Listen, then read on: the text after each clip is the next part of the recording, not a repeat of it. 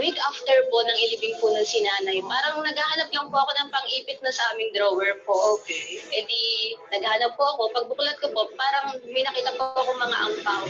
So, na-confuse po ako ano kaya laman nun. E di, kinuha ko po. Oo. Tapos pagtingin ko po, ayun po yung po pala yung mga wish at hiling po ni nanay po para sa amin pong pamilya.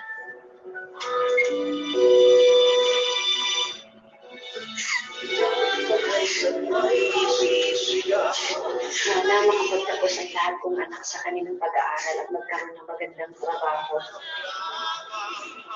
Sana magkaroon kami ng oras para magkakasama kami na makapagsimba ng buong pamilya. Sana lagi kami ligtas sa anumang kapahamakan. Sana huwag kami magkaroon ng kaaway para maging masaya at sagana ang buhay. Sana magkaroon ng peace of mind ang aming family. Sana maging magaan palagi ang mga trabaho ko. Sana magkaroon kami ng sariling bahay at lupa. Sana maging malusog ang aming kalusugan.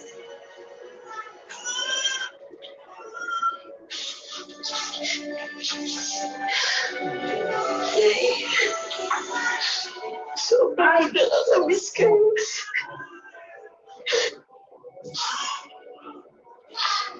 Mahalo ba?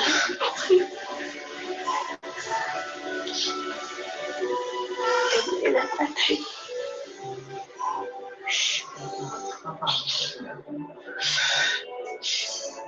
Ay, ako po. Hindi po namin kakalimutan yung mga bilin at pangaral niyo sa amin.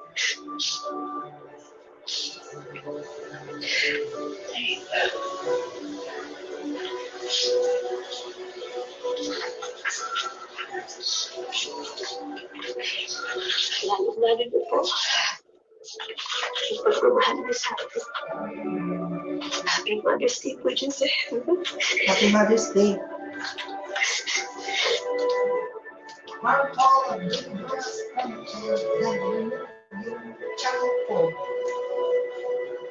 Dahil sana yung araw na mga namin, yung gift, Hanggang ngayon, pinag-iingatan mo yung mga ampaw na yan. Opo. Bala ko po nga sanang ipaprem po pag po naayos ko. Kung nanonood si nanay mo ngayon, ano kaya ang iyong nais na iparating sa kanya?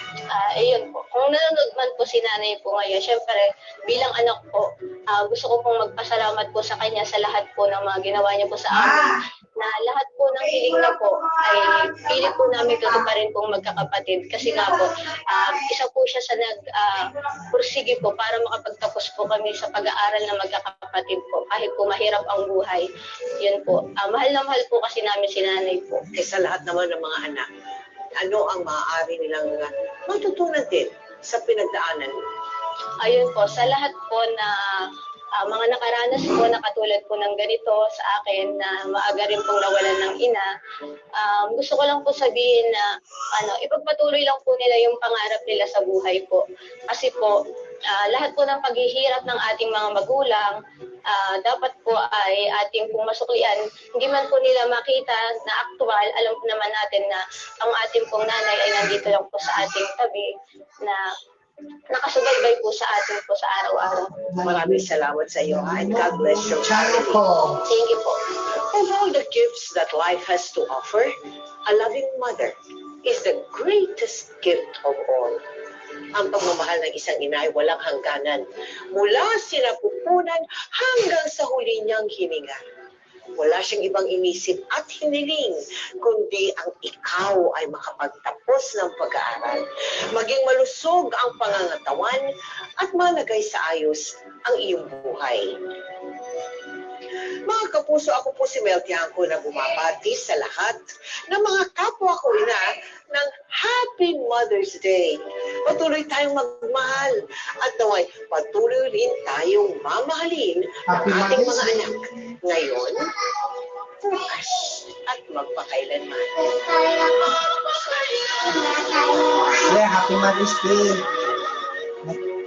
Desang maglumog-lumog.